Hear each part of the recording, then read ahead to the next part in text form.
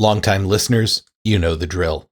This episode is part of a much longer series. To be sure you get the whole story, we recommend that you jump back and start from episode 1.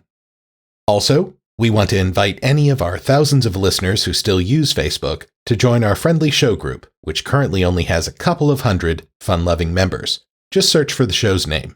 As is our recently inaugurated custom, we will briefly celebrate one of our Patreon patrons, a group who are not only the bee's knees, but we have it on good authority, they are also the cat's pajamas.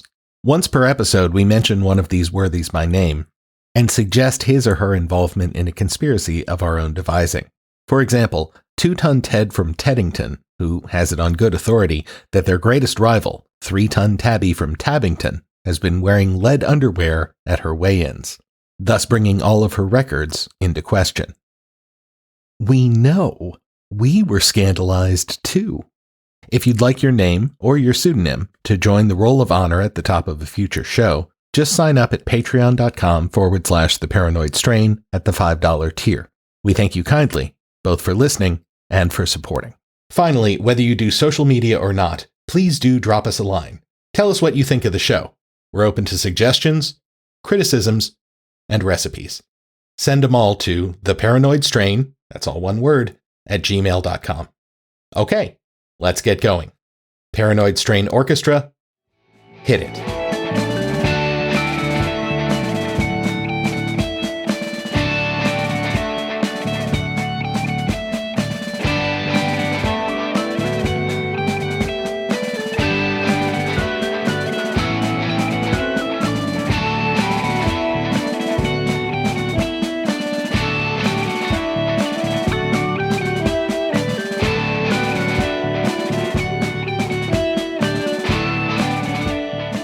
Before we move on to my other 1990s prophecy obsession, I do want to mention one last ad break that I heard at the end of this particular episode, which I simply have to share.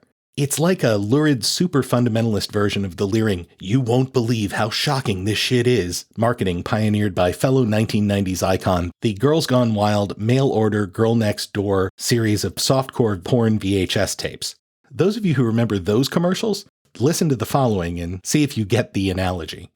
Shocking, amazing, heresy, and blasphemy. Using over 100 video clips, you will see large, well-known ministers making shocking statements contrary to the Bible. Not just simple doctrinal errors, but open abomination, heresy, apostasy, even blasphemy. So bad, you'll have to see it to believe it. See some of your favorite, most popular pastors seduce you with lying signs and wonders. The biggest names teach a false Christ. Yes, it is true. Your mouth will fall open. God exposes the worst sins of the Bible in these DVDs called Error in the Church. Worse than the Old Testament. Nation-killing sins in America today. You won't be disappointed. You'll be furious, beyond angry. I thank God that Leslie showed me these shocking errors, and I would never have known it or believed it if I had not actually seen it. This will keep Prophecy Club and you from falling into error. Don't miss it. The fantastic offer of Error in the Church. Call today and give a $50 gift, and we will immediately ship you the first 3 DVDs. Error in the Church, 785-266-1112. Error in the Church, 785-266-1112. Call today. The Prophecy Club was pretty sweet, but it wasn't the best of the best. That title goes to the incredibly strange broadcasts of Newswatch magazine and its host/preacher, David J. Smith. You can tell simply by comparing their theme songs that Newswatch is unbeatable. Here's the Prophecy Club's bouncy but rather generic opening.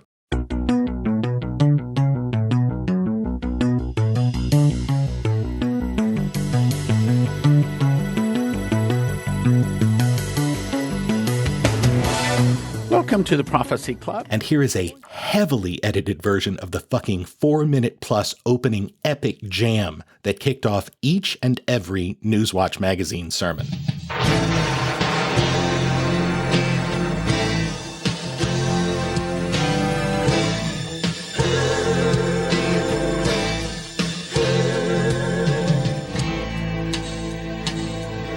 And as he sat upon the Mount of Olives, the disciples came unto him privately, saying, Tell us, what shall be the sign of thy coming and of the end of the world? And he said, Now here's a prophecy, my friends, that in the latter days they'll come. It's in Matthew 24, and it's right now at the door of our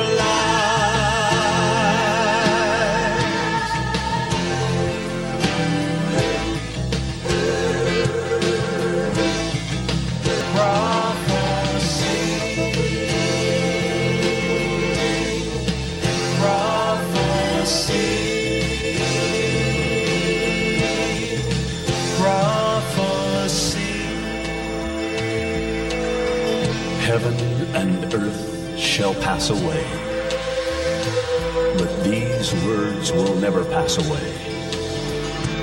And this gospel of the kingdom shall be preached in all the world as a witness to all nations.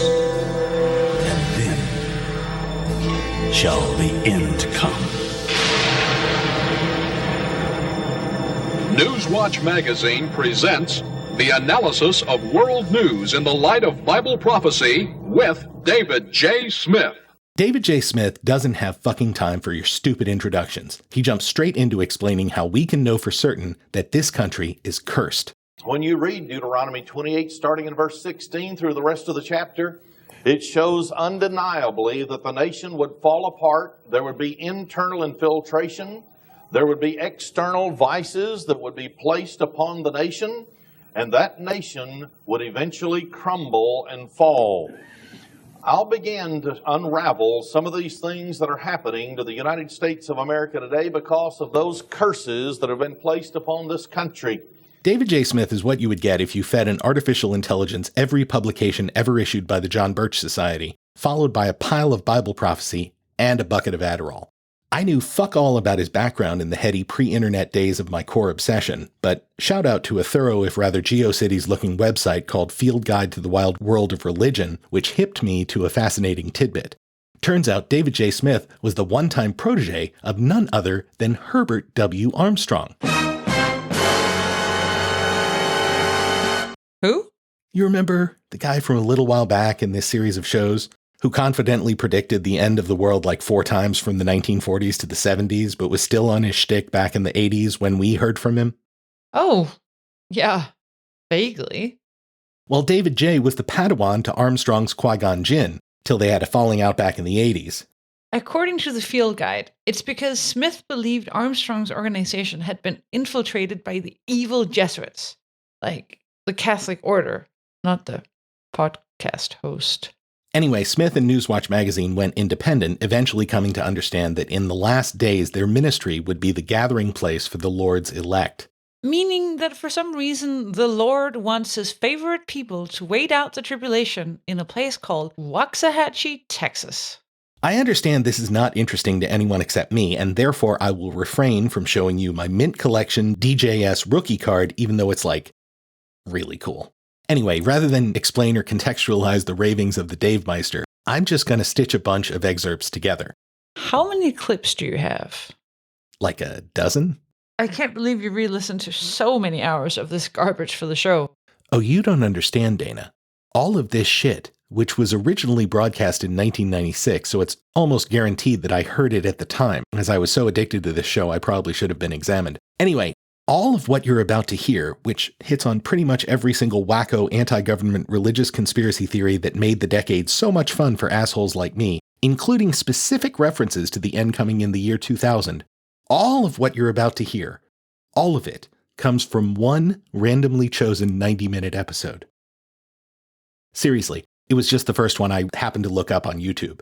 This man is the Miles Davis of conspiracy prophesying. And I'm so glad I have the power to force all of you to listen to him. With no further ado then, David, do your thing.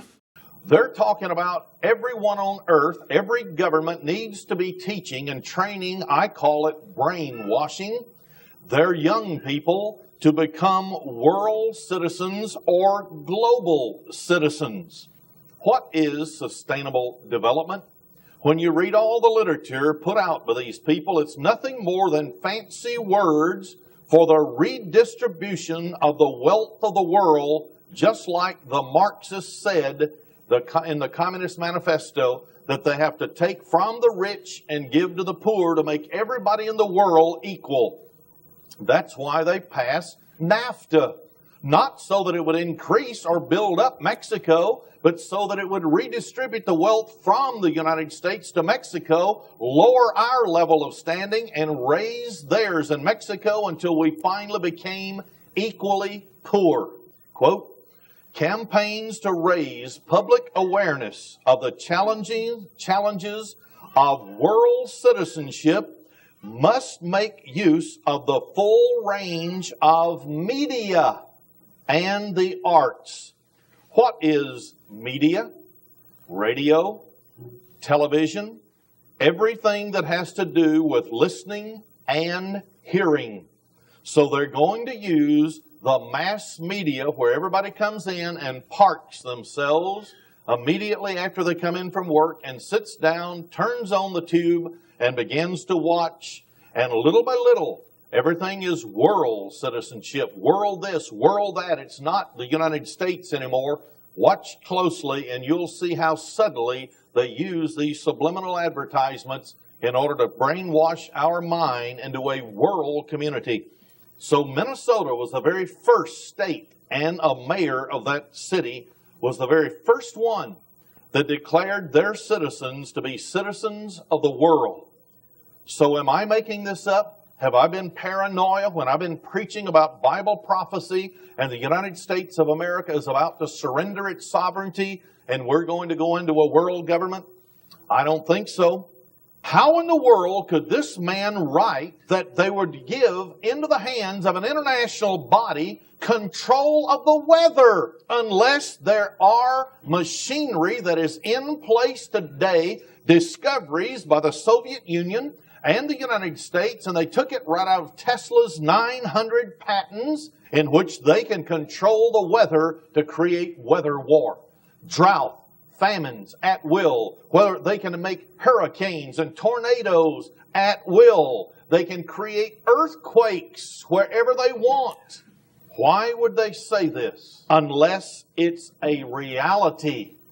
And it is. They wanted to create a world currency. Does this sound like Revelation 13, verse 16 to 18 to you? Where no man will be able to buy or sell unless he has the mark. No one will be able to buy or sell unless the world currency is in your possession. The United States of America is the number one contributor, yet the United Nations organization is run by anti-Christian, anti-God personnel.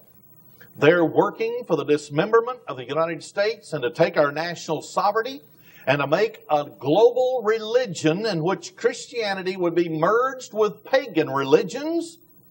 And if you weren't a part of the world religion, you would be an outcast from that system. To actually create the beast system and sustain it for the purpose of eventually killing some of us, encamping others in their concentration camps. I've talked many times about how they created AIDS, man-made virus in the laboratory. They created other types of viruses and biological and chemical weapons. This was a part of the lowering of the population and introducing man-made agents into society that our systems cannot reject. Notice what they said. The federal government considers people to be a biological resource that must be managed to protect the ecosystems. Did you know you're a biological resource? You're not a human being. That's why when they take over the world, they already have said that human beings will be work units. Right now in Austin, Texas, a man bought a piece of land, had one tree on it, He started to build an office. They said, nope, you can't. It comes under the Wetlands Act of the United Nations. They looked up in the file and said, this property says that there may sometime in the future be a bird that may about to become extinct and land and build a nest there. So we can't let you disturb the habitat. National legislation gives states police powers to control human activities. End of quote. You believe it doesn't exist? There it is. There is a government coming. They're going to own your property, my property, and if you want to go out and put a flower in the ground without personal written authorization from them, you can go to jail. The dumbed down America that doesn't even know that international communism and perestroika was nothing more than a front so that they could retool themselves and prepare for the final push by the year 2000. And so they've lulled the United States of America to sleep. When you study their literature, you find out they believe that there is an individual called Lucifer who is overseeing the evolutionary progress of mankind. And now we're headed for the next phase of human evolution, in which there will be the age of Aquarius, a golden age, when there will be peace all over the world. And Lucifer will send his light to the world. God is having a gathering himself. And He's going to bring people together. And they're going to be a light to this last generation before the year 2000 or during the last 3.5 years. How He will focus and how He will achieve it is His business. He's God. He can do anything He wants. When this begins to happen and there is no food available, do you think they're going to be so loving and kind they're going to invite you into the White House to have dinner? I don't think so. I think they're going to gleefully watch us starve to death on the streets because they have to reduce the world's population, and because it is Lucifer or Satan the devil, his religious belief that is being fostered upon the world, and he has told the world that we're nothing but animals, and it's survival of the fittest. And if you and I are not a part of the fittest, we don't survive. And that we just die out. We'll turn back into something else. It's called pantheism. You don't really die. You just become a part of creation somewhere else. You're dust somewhere, or plant food, or become cat food. Who knows what? But you and I, we don't really die. We're just recycled. Please tell me you're finished. I am spent. But holy shit, did you hear all of that? NAFTA, the UN, world citizenship replacing national sovereignty, our old pal, the mark of the beast, AIDS was deliberately created, they're going to keep you from building on your land to save the environment, and a bunch of fucking birds. Communism's faking us out with this whole Soviet collapse thing, and it's going to conquer the US by the year 2000. The hippie age of Aquarius is a devil plot. They're going to starve us or feed us cat food or some shit. The US is partnering with former Soviet states to train invading armies to enslave US citizens, and our old friend the HARP station is going to shake, rattle, and roll. See, like, what was it, episode 6 or something? Anyway, the chemtrails and the HARP episode for more on this Alaskan weather research station that the nuts think can cause earthquakes and hurricanes. It's in the RSS feed. So you understand why I was obsessed? To make a strained analogy to a brilliant, recently Oscar-winning film, Newswatch magazine was the everything bagel at the center of my conspiracy universe, sucking in every stupid idea and spitting it back out in some sort of unstructured free jazz format. It was amazing. But of course, much like Woodstock, I guess you had to be there. I think I have dramatically overmade my point that the 90s were a fertile breeding ground for the conspiracist end-of-the-world thinking that would eventually translate over the decades into ideas like the storm that QAnon fans keep expecting any day now. But the 90s were also the jumping-off point for some other trends that feed directly into the paranoid Q worldview. The first of those was the concept of the New World Order. It's a new world order. Well, it's a new world order. Well, it's a new world order. It's a new world order. The idea of a New World Order, or at least words and sentiments to that effect, have a long history in the US. Predating, in fact, the founding of the country. In the original sense in which the concept entered our young proto-nation's consciousness, it was the idea that the revolutionary struggle for self-government and representation was in a sense the struggle of all mankind, both present and future, to chart a new way for itself. Take, for example, this quote from Tom Paine's incredibly influential pre-revolutionary pamphlet, Common Sense. The cause of America is in a great measure the cause of all mankind. 'Tis not the concern of a day, a year, or an age. Posterity are virtually involved in the contest, and will be more or less affected, even to the end of time, by the proceedings now. These sentiments are thick on the ground in the era. Not to belabor, but here's old Ben Franklin. Our revolution is an important event for the advantage of mankind in general. This excitement about inaugurating a new paradigm for humanity as a whole drove Charles Thomson, who had served as secretary for the Continental Congress, and who co-designed the Great Seal of the United States, Featuring that eye floating above a pyramid that has freaked out generations of conspiracy types? Yes, and perhaps the only thing that freaks them out more than that graphic are the two slogans that Thomson added to the seal. Annuit Captis, which roughly translates to Providence approves of our undertaking, and the more germane to our purposes, Novus Ordo Seclorum. Let me guess. A new world order? Close. It's more like a new order of the ages. But certainly that distinction is mostly lost on conspiracists. These mottos didn't draw any ire, though, until we reached the 20th century, when the increasing influence of the United States and its eventual superpower status ended up embroiling our once very domestically focused government and populace in the affairs of the world at large. We got some useful information out of conspiracy jester Robert Anton Wilson's Encyclopedia of Conspiracy Topics, Everything is Under Control, which traces the term back to the 19-teens, when it was used to describe the views of American diplomat and advisor to President Wilson, Colonel Edward M. House. House, whose military rank was honorary, nonetheless had the ear of Wilson and heavily influenced that man's decision to push for a League of Nations in the wake of World War I. It's also true that House believed in a unified world government as a goal that human societies should work toward, though the total failure of the Wilson administration and House's own efforts to get the United States to join the very league that Wilson had proposed could maybe be seen as a sign that any conspiracy you want to allege House was attempting was not exactly a major threat to American sovereignty. Though, of course, the conspiracy believers think it was only a 30-year pause, and that the US membership in the post-World War II United Nations is a fulfillment of House's evil plans to form a God-hating, one-world mark of the beast government. And certainly, they have some fodder to feed that point of view. For example, the socialist-leaning writer H.G. Wells, famous for his dystopia of hedonism and eugenics, Brave New World, was so horrified by the rise of Nazis that as World War II dawned, he wrote a non-fiction paean to the idea of a unified world titled, Well, Guess.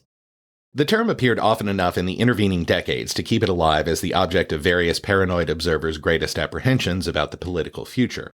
But for our era, the real jumping-off point for New World Order fever was a speech given by George Bush. Oh, that totally makes sense. Launching the Iraq War, overseeing a financial crisis, losing to a charismatic young Democrat. He must have been a perfect foe for the conspiracy theorists, especially since he was in charge during 9/11.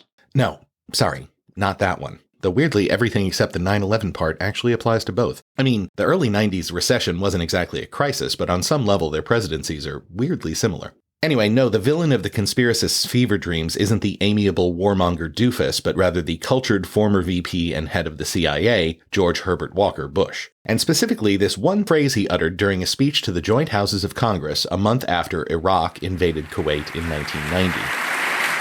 A new partnership of nations has begun, and we stand today at a unique and extraordinary moment.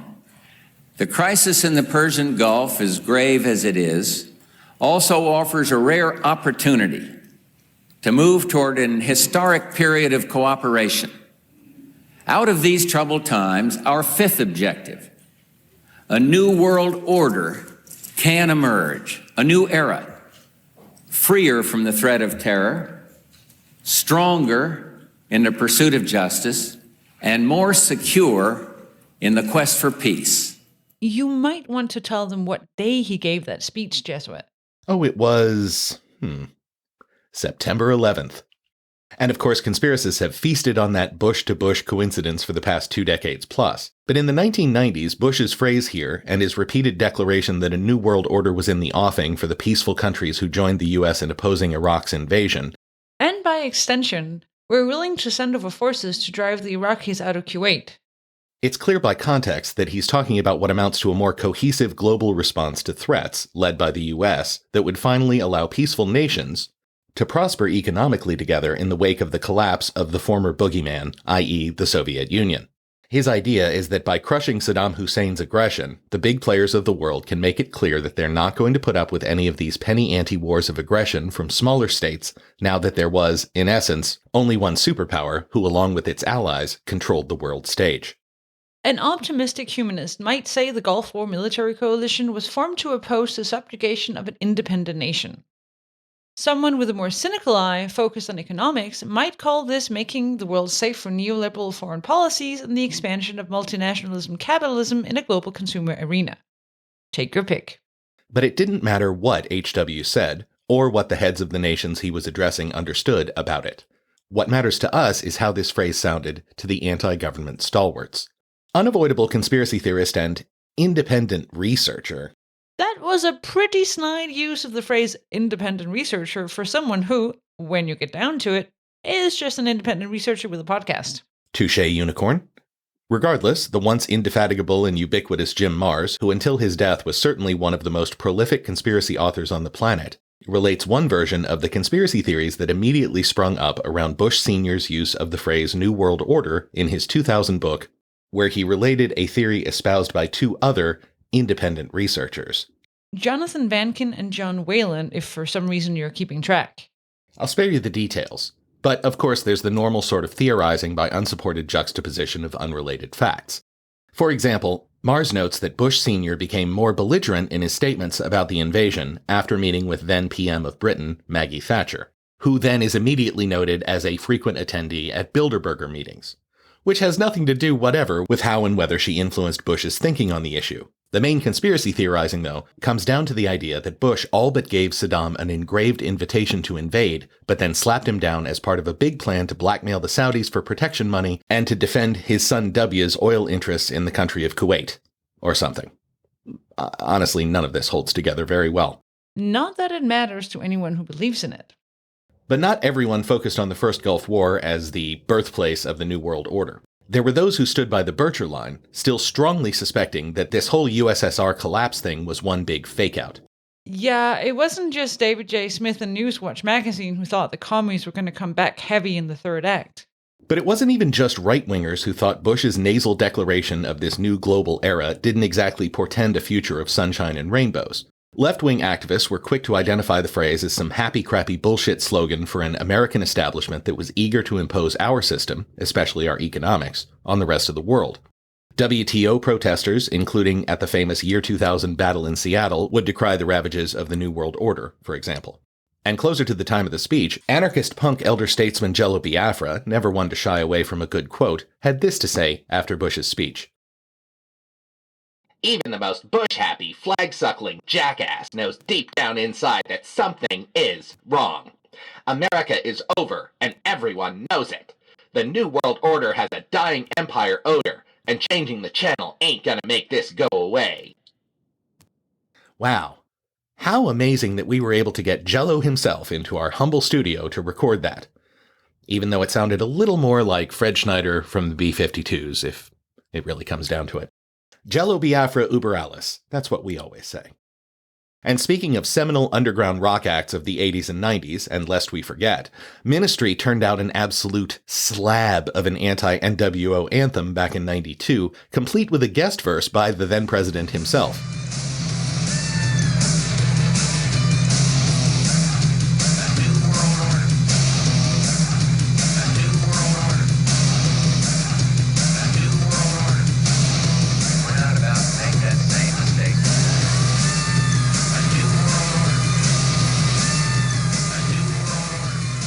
Next, of course, the moderate Republican was replaced in 93 with a moderate Democrat, and while liberal and progressive coalitions in the Democratic Party bemoaned Clinton's willingness to adopt conservative policies on economic issues like welfare, and organized labor questioned the young president's support of NAFTA, the nascent Patriot movement kicked into overdrive, sure that Bill Clinton was a stalking horse for the globalist, socialist takeover of the United States. The New World Order as a conspiracist concept is as slippery to define as any other all-encompassing, globe-spanning world domination threat. It means different things to different people. The only thing that tie all of these nebulous concepts of the New World Order together are that it's bad and that the Democrats are definitely behind it. Yeah, take for example, famous televangelist and occasional wannabe politician Pat Robertson. Of 700 Club TV show fame. Per Daniel Pipes in his seminal book Conspiracy, Robertson laid it all out in his 1991 The New World Order. In it, he suggests two potential scenarios, one in which Europe takes over the US by instituting a single world currency and bank to steal America's wealth. He provides evidence of this plot via the sort of bog-standard financial conspiracies that longtime listeners of this show are used to. You know, global bankers, who are definitely not stand-ins for international Jews, had Lincoln murdered, got the income tax passed, and established the evil Federal Reserve. Robertson's second scenario, Pipes notes, is much uglier and ends with the standard sort of Lucifer-led one-world government under control of devil worshippers, yada yada. And of course, it's not only megalomaniacal TV preachers who think they have the New World Order plot dead to rights. Once again, plumbing the depths of my Kindle Unlimited subscription, I found some modern-day NWO theorists who can explain it all, as long as by it all, you don't expect any solid definitions, evidence, or specifics. The authors of Battle Hymn, Revelations of the Sinister Plan for a New World Order, for example, give us this bog-standard global takeover scenario. The journey you're about to begin will take you through myriad aspects related to the plans and deeds that are intended to create a new world order of one government, one justice system, and one religion, all under the complete control of an unelected elite. This small cabal of powerful men will rule from the shadows through selected agents, posing as political leaders who will do their bidding. They will have the ability to control populations through propaganda, fear, and if necessary force, owing to their empire over the press, the police, the politicians, the judges, and the military. Okay, but how exactly is this going to work, you might ask? I mean, how, in an age of fractured media, will any group gain total propaganda control? If the US has closely contested election after election, with any victorious party governing by a razor-thin margin, how is this conspiracy going to drive us toward a unified one-world government goal? Maybe Michael Thomas Hayes has more to tell us via his post-pandemic take from Rise of the New World Order, Book Series Update and Urgent Status Report, Volume 1. We are in a bad way in terms of losing our country, and things are going to get way worse fast. This is a red alert status update. We got a very rough road ahead of us. We've got an intentionally released man-made bioweapon on one side, and the empowered FEMA to deal with it, and the diabolical proponents of the New World Order who released the bioweapons on the other side, and there is nowhere to run unless you have a rocket ship to Mars, so buckle up. Friendly warning, parsing the grammar of that paragraph may prove fatal. One more? Yeah, probably one more. So let's hear from Ramtha, the 35,000-year-old entity channeled through human woman J.Z. Wright. If you're blessedly unaware of this New Age scam, Ms. Knight has for more than 30 years served as a spiritual conduit for this definitely real figure she calls Ramtha, who takes over her body and relates wisdom that sounds suspiciously, these days at least, like pro-Trump, pro-QAnon blather. And lucky you, Ramtha has laid down some truth about the coming New World Order, and Dana's going to share it with all of you now. When the one world government and the idealism of the Greymen go forward full thrust and the debit card is issued upon the collapse of world monetary systems, your Constitution and Bill of Rights will be restructured for the New World Order, and what you know this day in your time will fall into antiquity. That is the plan, but it doesn't necessarily mean it will happen.